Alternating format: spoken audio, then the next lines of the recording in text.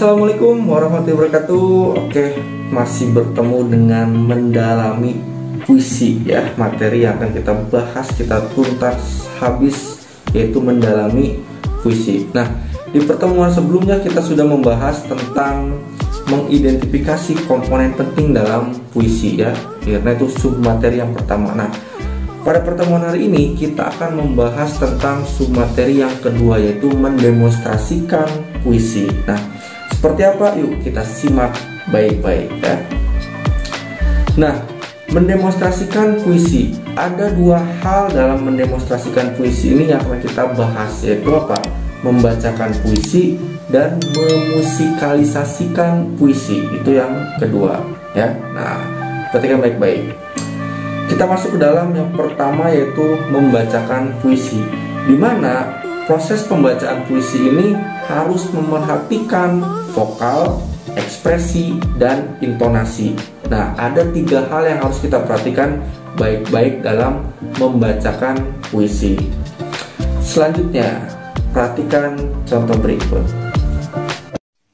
Saya akan membacakan puisi yang saya dedikasikan untuk para petani. Mata luka sengkon karta, serupa mas kumambang, pupuh mengantarkan wejangan hidup, kecapi dalam suara sunyi menyendiri, pupuh dan kecapi membalut nyeri, menyatu dalam suara genting, terluka melukai, luka-luka menganga akibat ulah manusia, terengah-engah dalam tabung dan selang. Aku, seorang petani Bojong Sari, menghidupi mimpi dari padi yang ditanam sendiri. Kesederhanaan panutan hidup dapat untung dilipat dan ditabung. 1974, tanah air yang kucinta berumur 29 tahun. Waktu yang muda bagi berdirinya sebuah negara. Lambang Garuda, dasarnya Pancasila, Undang-Undang 45. Merajut banyak peristiwa. Peralihan kepemimpinan yang mendesak, Bung Karno diganti Pak Harto dengan dalih keamanan negara. Pembantaian 6 jenderal, 1 perwira, 6 jam dalam 1 malam, mati di lubang tak berguna. Tak ada dalam perang Mahabharata, bahkan di sejarah dunia, hanya di sejarah Indonesia. Nah, setelah melihat contoh tersebut ya, hal yang harus kita perhatikan dalam membaca puisi yaitu ada 6 hal. Yang pertama, rima dan irama. Rima dan irama artinya dalam membaca puisi tidak terlalu cepat, tidak terlalu lambat. Nah, ini adalah rima dan irama. Itu hal yang harus diperhatikan dalam membacakan puisi yang pertama. Yang kedua yaitu artikulasi atau kejelasan suara. Artinya suara kita dalam membaca puisi harus jelas ya. Jadi harus terdengar jelas. Contoh misalkan pada proses pembacaan huruf-huruf vokal A, I, U, E, O. Nah, itu harus jelas pengucapannya. Itu adalah artikulasi. Yang ketiga adalah ekspresi mimik wajah ya, ekspresi muka nih. Nah, itu harus sesuai dengan apa yang diutarakan dalam puisi tersebut. Misalkan marah, ya kita ekspresikan mimik wajah kita ini, mimik muka kita ini marah seperti itu. Kalau sedih, ya kita ekspresikan sedih seperti apa ya, jangan sampai terbalik, awas ya. Nah, itu adalah yang ketiga, ekspresi. Yang keempat, mengatur pernapasan. Nah, ini napas kita pun harus diatur ya dalam membaca puisi. Jangan sampai napas kita tergesa-gesa ya sehingga mengganggu proses membacakan puisi. Itu yang keempat. Yang kelima adalah intonasi. Nah, intonasi ini adalah ketepatan penyajian dalam menentukan keras lemahnya pengucapan suatu kata. Jadi intonasi ini harus jelas, harus tegas ya, lemah atau kerasnya dalam mengucapkan suatu kata. Misalkan kalian menemukan kata perintah itu ya, kata perintah di dalam puisi tersebut, misalkan keluar.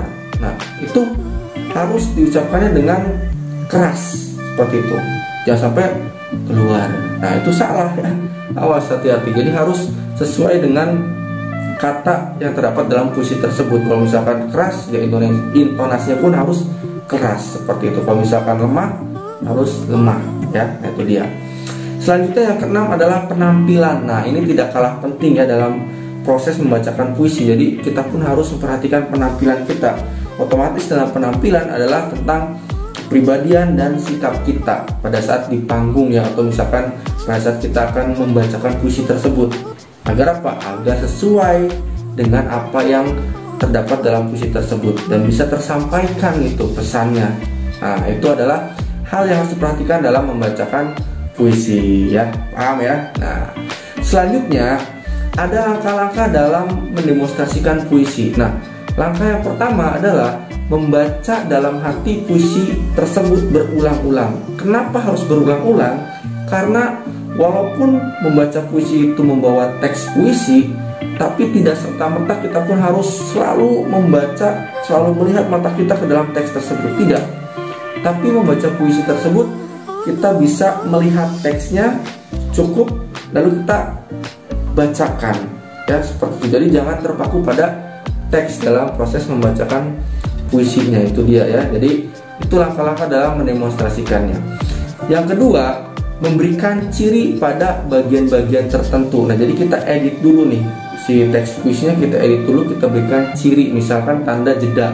Nah, tanda jeda ini biasa digunakan untuk satu, garis miring tanda jeda ini digunakan untuk durasi jedanya itu pendek ya. Nah, sedangkan tanda garis miring 2 itu untuk jeda panjang seperti itu ya. Jadi diedit dulu itu untuk membacakan pada saat mendemonstrasikan puisinya agar lebih pas dengan isi puisi tersebut. Nah, itu.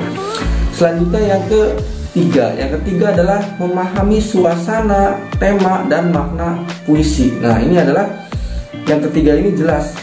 Sebelum kita mendemonstrasikan puisi, kita harus betul-betul memahami suasana, tema, dan makna puisi, karena ini komponen pentingnya ya. Nah, setelah memahami, baru kita menghayati suasana, tema, dan makna puisi untuk mengekspresikan puisi yang kita baca.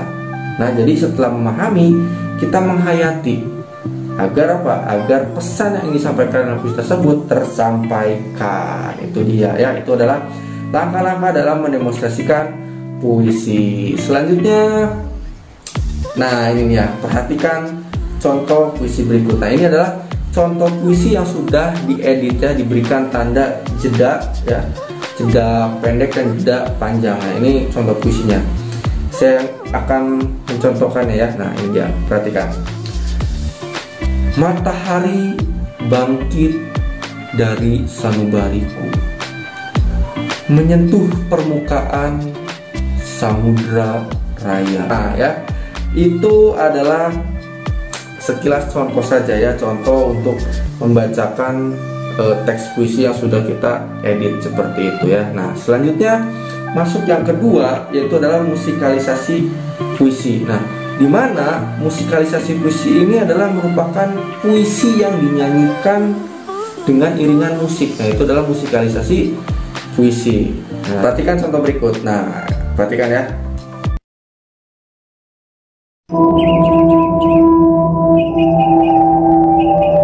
Kalau sampai waktuku, ku mau tak seorang akan perahu.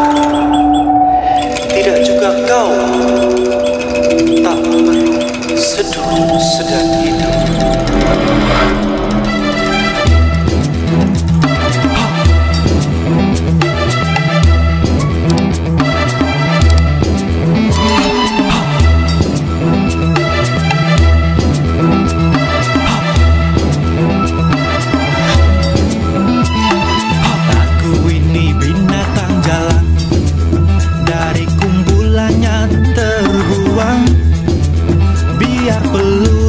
Menembus kulitku, aku tetap meradang menerjang.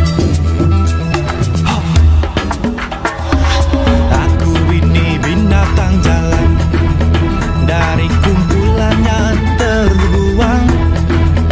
Biar peluru menembus kulitku, aku tetap meradang menerjang.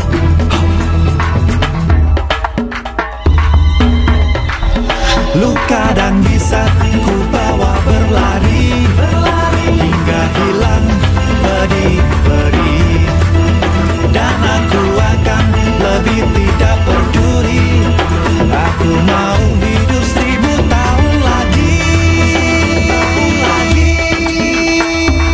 Aku ini binatang jalan, aku ini binatang jalan, aku ini binatang jalan, aku ini binatang jalan.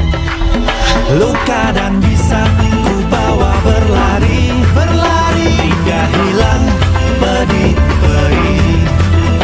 Dan aku akan lebih tidak peduli. Aku mau hidup 1000 tahun lagi. Aku mau hidup 1000 tahun lagi. 1000 tahun lagi. Nah, setelah menyaksikan contoh musikalisasi yang tadi, maka perlu kita perhatikan baik-baik, yaitu apa? Tujuan musikalisasi puisi adalah apa? Memudahkan pendengar memahami makna puisi yang ingin disampaikan penyairnya. Ya, jadi adanya musikalisasi puisi itu untuk memudahkan pendengar agar makna yang dalam puisi tersebut bisa tersampaikan. Ya, nah makanya banyak lagu itu menggunakan liriknya itu adalah menggunakan lirik-lirik puisi. Itu dia ya, itu dinamakan musikalisasi puisi. Lalu untuk memusikalisasikan puisi, kalian pun tidak harus dengan menggunakan alat-alat yang wah ya, tapi bisa juga dengan menggunakan gitar, suling, bahkan dengan menggunakan instrumen lagu yang lain. Jadi ada lagu, misalkan lagu Rosa, lagu apa gitu ya, kalian masukkan ke dalam puisi tersebut. Nah, itu bisa disebut musikalisasi puisi. Nah, dan ingat, hal yang harus kalian ingat adalah musikalisasi puisi harus tetap mempertahankan makna yang hendak disampaikan penyair ya. Oleh karena itu, pemahaman tentang suasana, tema, dan makna itu menjadi sangat penting ya dalam melakukan kegiatan musikalisasi puisi. Jangan sampai malah keren instrumen musiknya tapi tema, suasana, dan maknanya tidak tersampaikan. Nah, itu tidak boleh. Jadi tetap yang penting adalah menjaga tema, suasana, dan makna gitu ya dalam musikalisasi puisi. Oke, paham?